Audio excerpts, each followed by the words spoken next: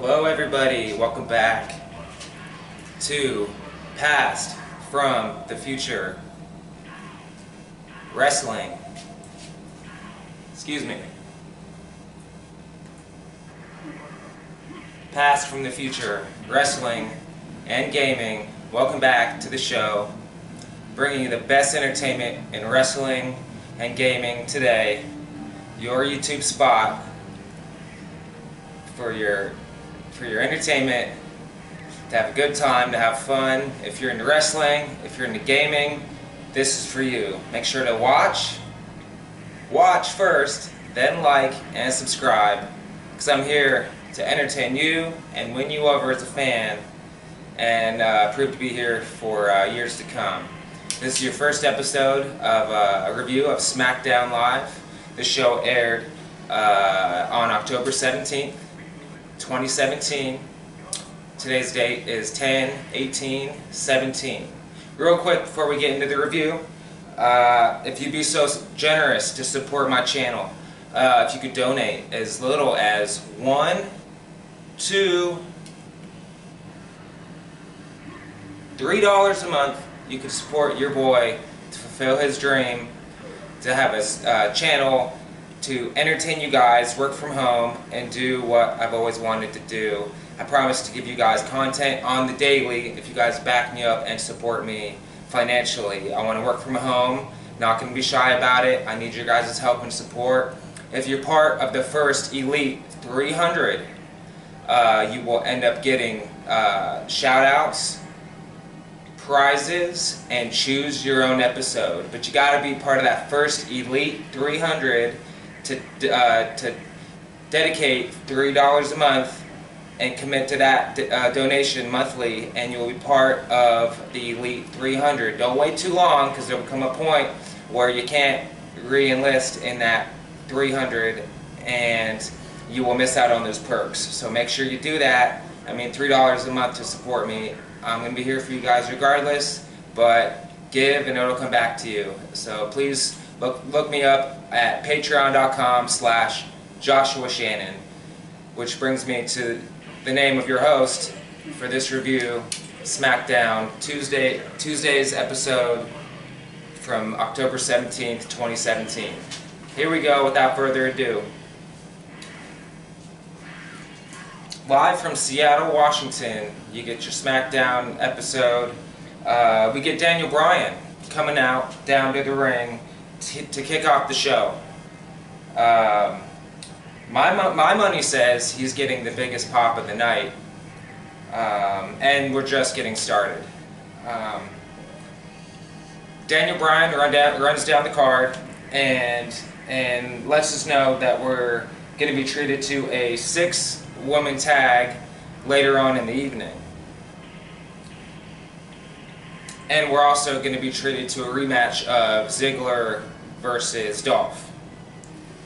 Excuse me.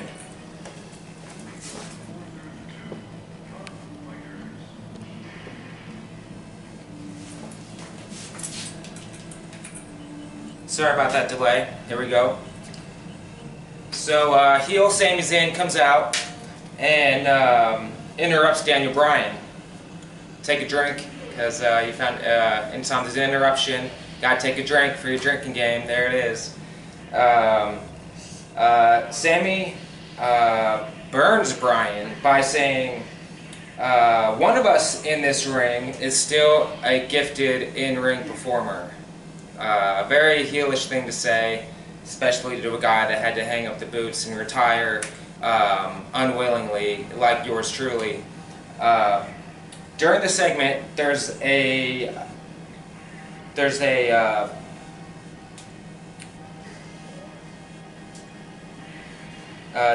the segment, there's there's a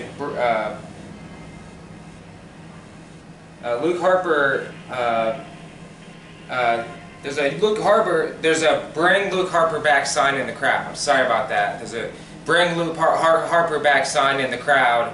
I figure maybe he's running for governor somewhere, is why he's been MIA so long. Sami calls Bryan a housewife. ooh-wee, like what an insult, right? We get Kevin Owens join the segment and attempts to bash Daniel Bryan along with Zayn, saying that Zayn actually says that there's only one word to describe Bryan, calling him a sellout. Is that one word? Two words? One word. Bryan just calmly exits the ring and announces that he will go find two superstars of his choosing to punch these guys in the face. And I say, why don't you just go get Goldberg? You know, then you just need one guy. Am I right?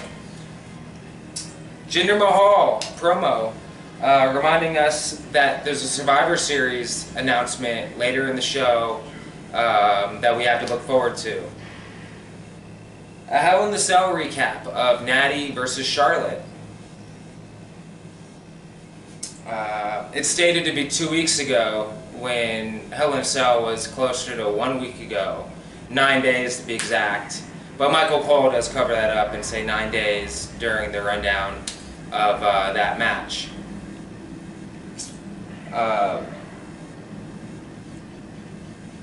And then you get a rundown of last week's SmackDown of Charlotte beating the crap out of Natty in the back room. It's a schmoz with all the ladies, and there's a ton of shaky cam in there to go with it. 6-man tag, 6-woman tag. We get Naomi hits the ropes, drops to her knees, and lays a nice slap right to Natty in the face. It was actually a nice little pop from the audience. Then you get followed up by Natty, or excuse me, a nice plunger by Naomi to the outside to Natty and Tamina. Tamina. Moving on. A fine match here. Charlotte, Naomi, and Becky get the win over Natty, Lana, and Tamina.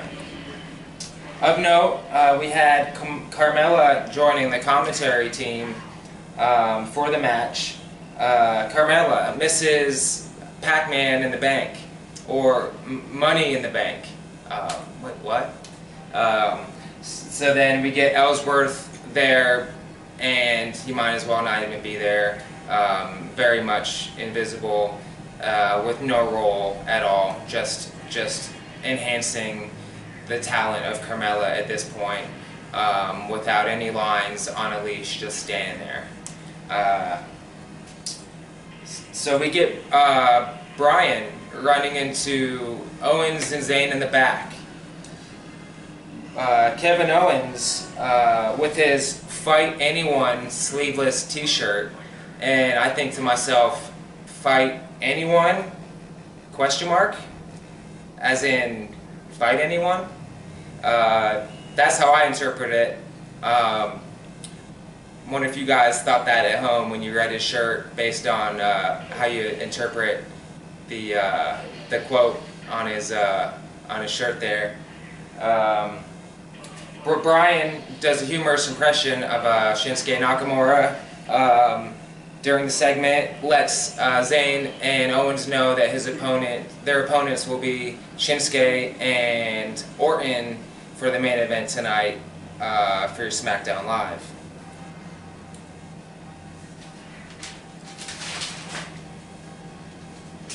So we get Pope Faction, yeah,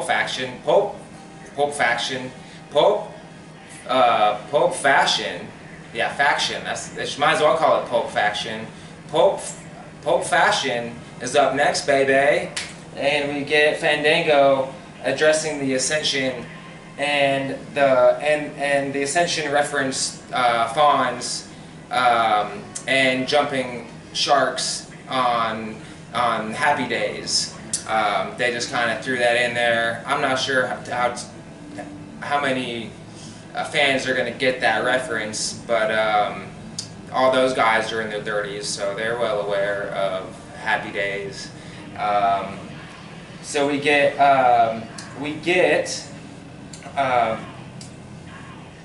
Tyler Breeze taking a bite of a Royal Rumble burger. There you go. It's an imported burger. And he falls to the ground, apparently allergic to pickles.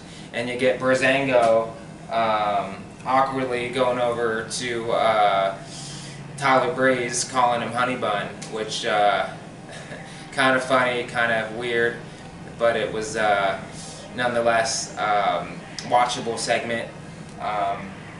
Breezango leave Ascension hanging as they attempt to fist bump Breezango, and they just get left in the dust, and they just say, well, let's just walk out. We're gonna walk out.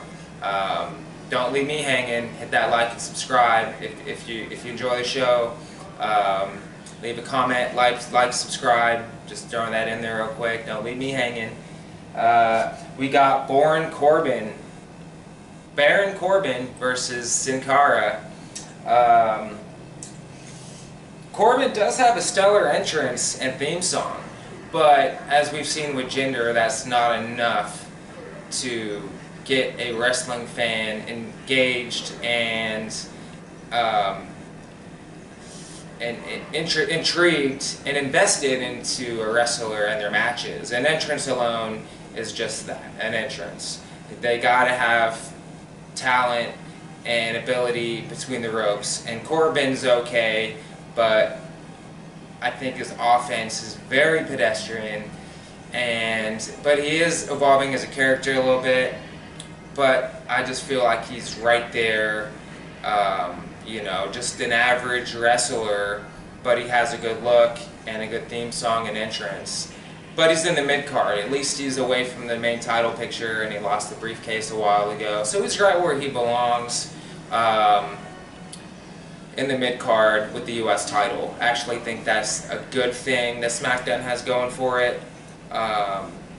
There's many more good things of note, but talking about Corbin, he makes a good U.S. champion. We'll see how long he runs with the title. A nice suicide dive from Sin Cara early in the matchup, followed by a nicer elbow drop from the top rope to the outside. And he gets the non-title match win via countout on Corbin. Renee Young. We segue to an interview with the Usos. The Usos are riding high on their 3-time championship reign on SmackDown. Essentially, we get Shelton Benjamin and Chad Gable to come out, and there's really not much happening here, not too much of a conflict. You almost get an alliance, but once again, you get Chad Gable and Shelton Benjamin going for the handshake, and they just got left hanging. Or they went out and they left the Usos hanging, excuse me, and they just walk off. So you get that kind of back-to-back. You get teams that are, you know, they're standing around talking with each other. Everything seems like, you know, peaches and cream, and then it's like, oh wait, no, but we're actually in competition with you guys. We're trying to beat the top. We want the titles. So it comes off as very non-threatening. You know, no attack by Shelton and Chad Gable. They're the faces, but they did make a statement that we're after those titles, and there might not be bad blood here, but there is blood here, if you know what I mean. Jinder Mahal visits India, and it's he gets treated like royalty. My favorite thing about Jinder is his theme song. He has a great look, but his theme song is hot. You know, go look it up on YouTube. A very hot song. He's got that going for him, and he's got a great look. Jinder addresses the crowd. Anyone need to use the restroom at this point?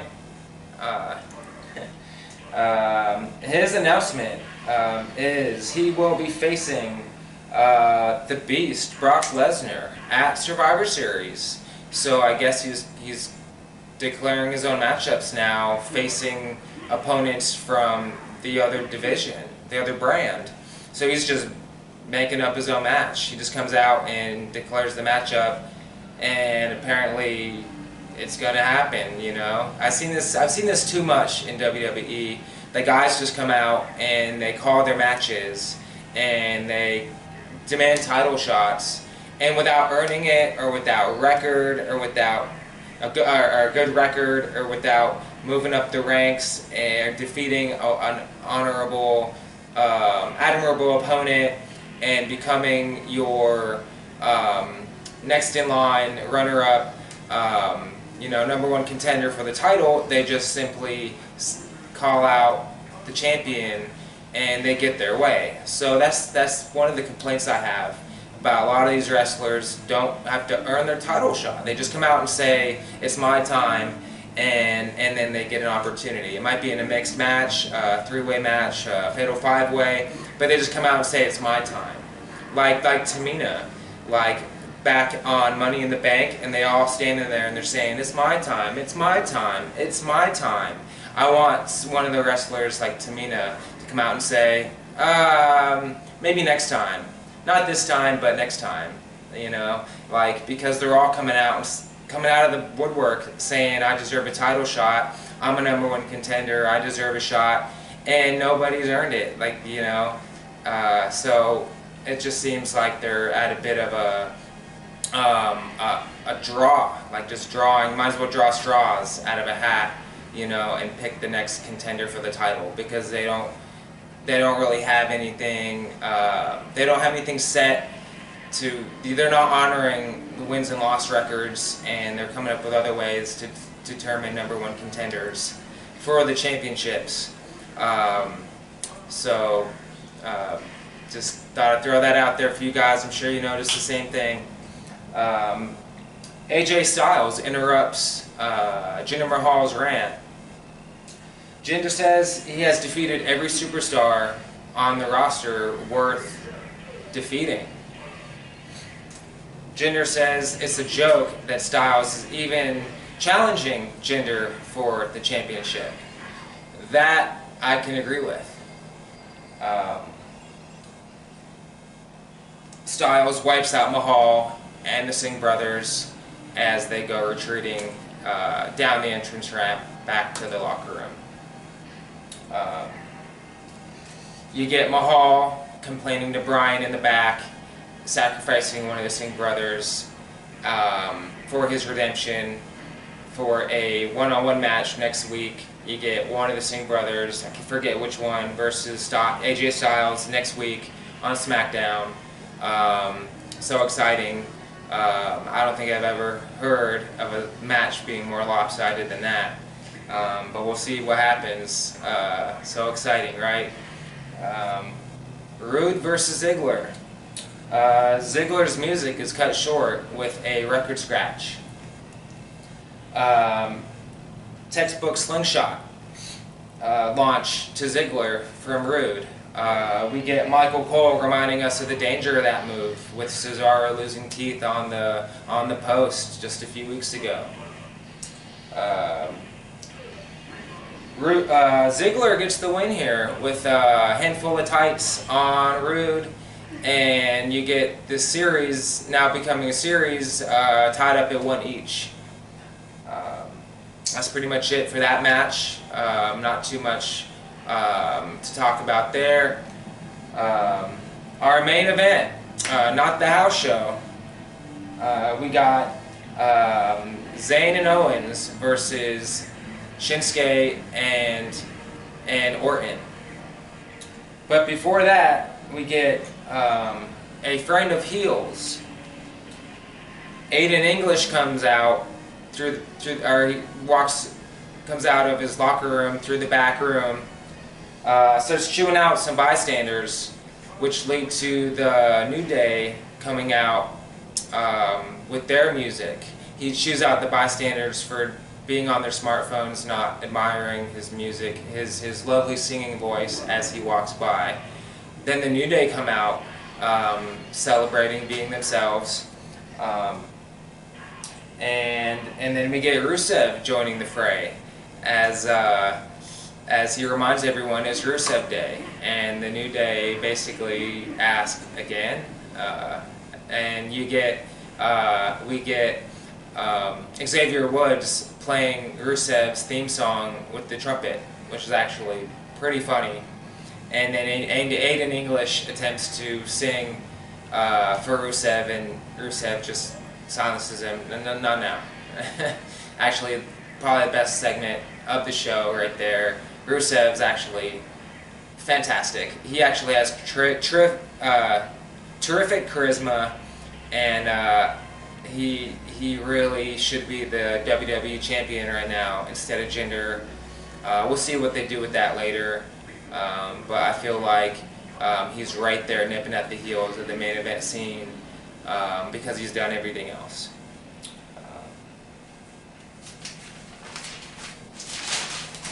So Shinsuke and Randy make their way down to the ring. Randy Orton, who is 37 years old, is sporting a Mountain Dew-esque patch on his hooded vest. So do the do out of nowhere. Zayn and Owens come down to the ring together. Nice deep arm drag by Zayn on Nakamura. Now that Sami Zayn is a heel, unfortunately his offensive moveset is going to be dialed back, because as a heel you can't be doing moves that are going to get a big pop out of the fans. So no more Blue Thunder Bomb, and probably he attempted to do a Pescado in the match and was cut off by Orton. So not a lot of high-flying stuff from Zayn anymore, unfortunately. Being a heel now, we won't be seeing that anymore, which is unfortunate.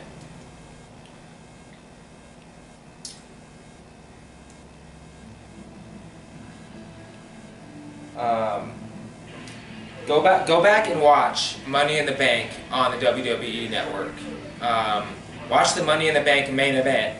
And you remember, I believe it was 6 competitors, and Sami Zayn put on the best performance out of all those guys. He did this somersault over the ladder to a power bomb on Ziggler, which he took the bump, but you end up getting this terrific spot from Zayn, and he did another terrific spot, which to me, when I looked at that, even at that time, I thought to myself, Zayn should win the Money in the Bank.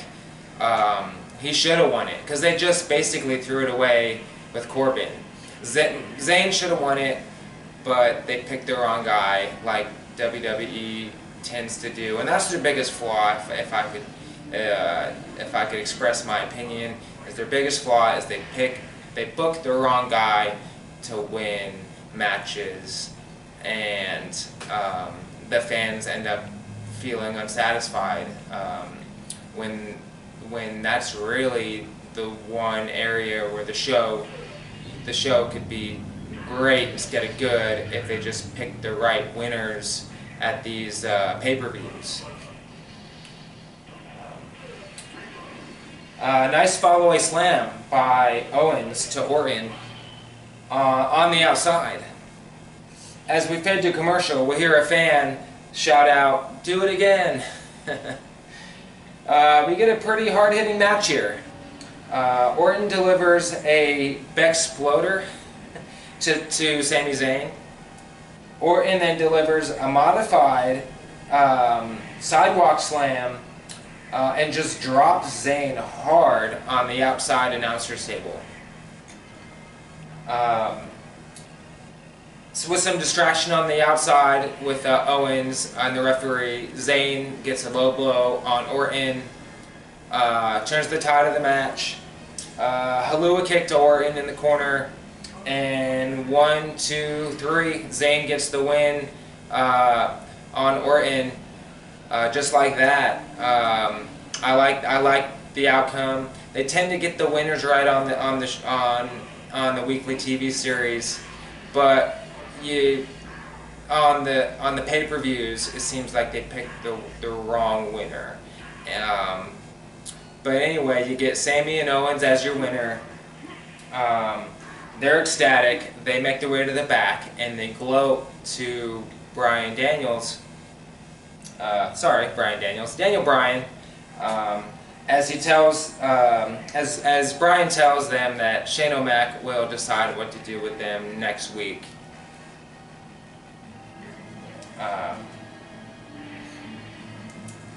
Best friends reunite as Owens declares Zayn his bestie as the show ends.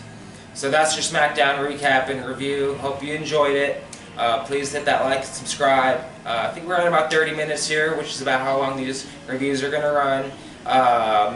Check back for content on a daily basis right here on Past from the Future Wrestling. Look out for Past from the Future gaming videos. Every day you're going to see a new video, so please hit that notification button so you can be notified when content will be coming your way. So every Tuesday, look out for your Monday Night Raw review, and every Wednesday, look out for your WWE Smackdown review. If you guys are interested, let me know in the comments if you want to see an NXT review on Thursdays. I'd be more than willing to put that out there for you guys. Hope you enjoyed the review. It's been a pleasure, and thanks for watching.